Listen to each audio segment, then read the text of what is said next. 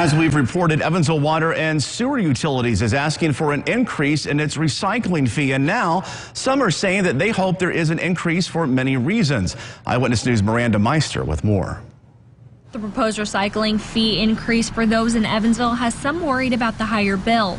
But then there are those who support the cause. The rate proposal by Evansville Sewer and Water, it was because they recognize that TSRR, Tri-State Resource Recovery, is no longer able to sustain their expenses because their revenue has dropped. Robin Mallory is one of many who have backed the idea of paying the increase. EWSU says it's asking for it because places like China aren't buying recycling from the U.S., and it's affecting businesses like Tri-State Resource Recovery. And those worried about our environment, like Mallory, say they understand the impact. With the change in China being our biggest end market for bundled cardboard, bundled plastics, tin, aluminum, etc., there's a glut of that now in the United States. So the bottom has dropped out for United States buyers of those products. But some don't agree or think not everyone should be forced into this. That's what one utility board member tried to explain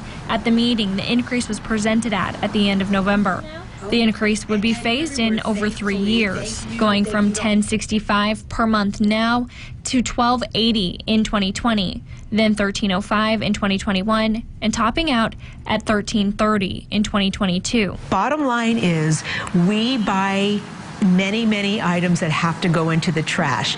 If we can responsibly recycle as much as possible and we're being called upon to pay for that, how can we say no to that? In Evansville, Miranda Meister, Eyewitness News. The City Council will vote on the proposal at its next meeting on December 16th.